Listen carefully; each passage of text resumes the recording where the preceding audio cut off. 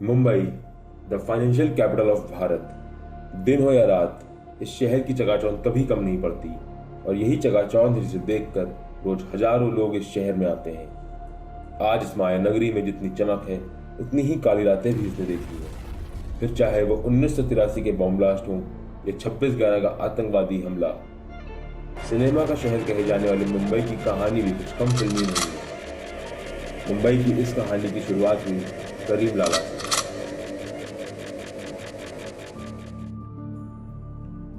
करीम लाला 1920 में अफगानिस्तान से मुंबई आकर बस गया और एक छोटे वसूली गुंडे की तरह शुरुआत करी।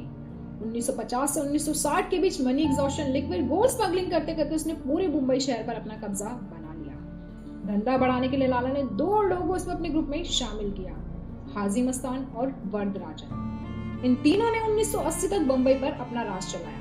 1960 के बाद लाला ने पख्तूनिस्तान जिगरे हिंद नाम के संगठन की शुरुआत करी, जिसने पठानों की बेरोजगारी के लिए काम किया। कुछ मीडिया रिपोर्ट्स के मुताबिक लाला के बाल ठाकरे के साथ भी अच्छे संबंध थे। लाला को एक बार किसी अवार्ड शो में कांग्रेस की लीडर और भारत की प्रधानमंत्री इंदिरा गांधी के साथ भी देखा गया था। इस कहानी में 1970 में एंट्री हुई दाऊद इब्राहिम की। दाऊद वो डॉन बना जिसने मुंबई की डोंगरी से लेकर दुबई तक का सफर तय करा। कहने को तो दाऊद के पिताजी कांस्टेबल थे, लेकिन दाऊद के दिमाग में शायद उस वक्त कुछ और ही था। 1955 में जन्मे दाऊद ने छोटी मोटी चोरी डकैती पैसे का लेन देन करते हुए 1970 में अपने भाई शबीर इब्राहिम के साथ अपनी खुद की गैंग बना ली। एक गैंग वॉर में शबीर के मरने के बाद दाऊद अकेला ही डी कंपनी चलाने लगा। दाऊद का नाम money exhaustion, real estate, gold smuggling, drug trafficking में जुड़ने लगा। 1986 में मुंबई पुलिस के द्वारा समद खान की हत्या में वांटेड घोषित करे जाने पर दाऊद छोटा राजन को मुंबई संभालने को कहकर दुबई निकल गया। दुबई जाकर भी उसने मुंबई से अपनी नजरें नहीं हटाई और वहां से मुंबई के सारे अवैध धंधे देखने लगा। 1989 में दाऊद की डी कंपनी में मुंबई के काले इतिहास का एक और पन्ना जुड़ा, अबू सलेम। 1983 से 1989 तक सलेम ने डी कंपनी में ड्राइवर का काम करा, तो मुंबई की बाकी गैंग्स को अवैध हथियार, इलीगल कैश सप्लाई करने का काम करने लगा। 90 के दशक के मध्य में डी कंपनी के काफी शूटर्स छोटा राजन से गैंग वॉर या तो पुलिस मुठभेड़ में मारे गए। उस वक्त अनीस इब्राहिम के समर्थन से अबू ने डी कंपनी संभालनी शुरू करी। अनीस इब्राहिम दाऊद का भाई था। अबू अब दाऊद के लिए बॉलीवुड और फिल्म फाइनेंस की डील संभालने लगा। सिर्फ यही नहीं, बॉलीवुड फिल्मों को ओवरसीज राइट्स में भी दाऊद का हमेशा इंटरेस्ट रहा और दाऊद के लिए इनमें डील उसकी बहन हसीना करती थी। अबू सलीम की नजदीकियां बॉलीवुड एक्ट्रेस मोनिका बेदी के साथ भी मानी गई हैं। वर्ष 2002 में अबू को इंटरपोल ने जब गुड़गांव में पकड़ा था, वह होटल में अभिनेत्री मोनिका बेदी के साथ था। और इस बीच अंडरवर्ल्ड में एक और नाम जुड़ने लगा, अरुण गवली उर्फ डैडी।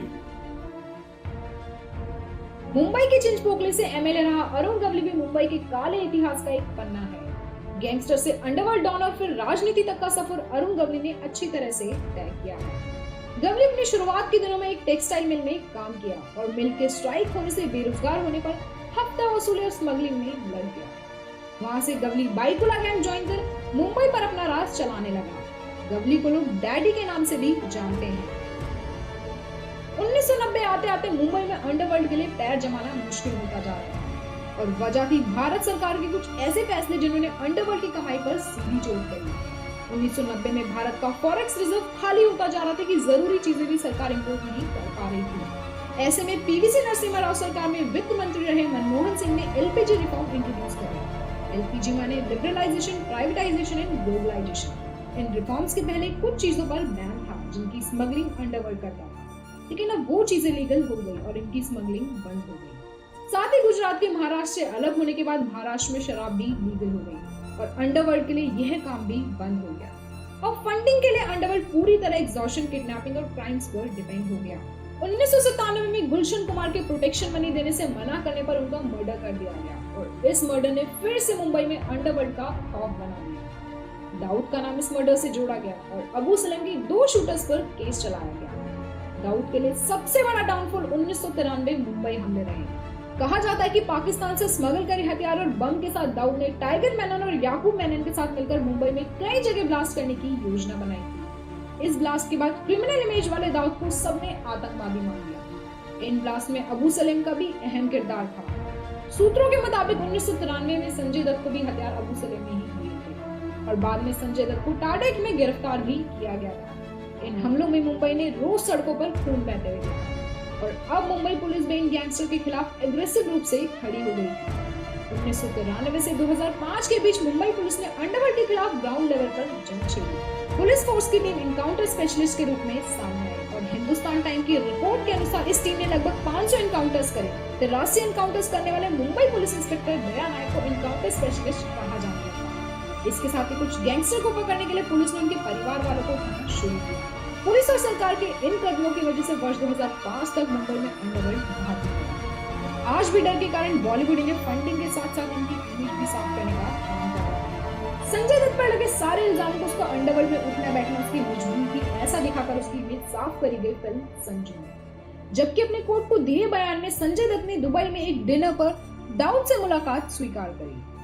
अजय देवगन की once upon a time in Mumbai में अजय का किरदार कहीं न कहीं हाजी मस्तान प्रेरित है। हसीना पर भी हाल ही में एक फिल्म आई है जिसमें श्रद्धा कपूर ने हसीना के किरदार को दर्शाया है। कहने को तो भारत में क्रिकेट बैटिंग लीगल नहीं है, लेकिन हिंदुस्तान टाइम्स की रिपोर्ट के मुताबिक 9.9 लाख करोड़ की बैटिंग हर साल हो रही है और इसके पिता दाऊद से ही जुड़े हैं। कुछ मीडिया रिपोर्ट्स के अनुसार वर्ष 2015 में दाऊद ने भारत सरकार के आगे सरेंडर करने का मन बनाया था। दाऊद के पुराने वकील शाम केशवानी के अनुसार दाऊद और छोटा राजन भारत सरकार के आगे सरेंडर करने का मन बना रहे थे।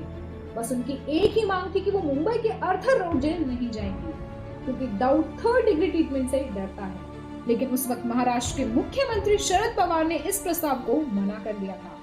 हालांकि क्यास यह भी लगाए जाते कि शरद पवार के साथ भी दाऊद के पुराने संबंध रह चुके हैं।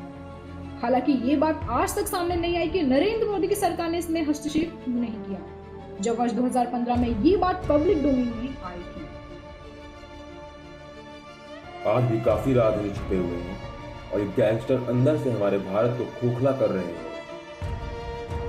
फिलहाल इस वीडियो में इतना ही।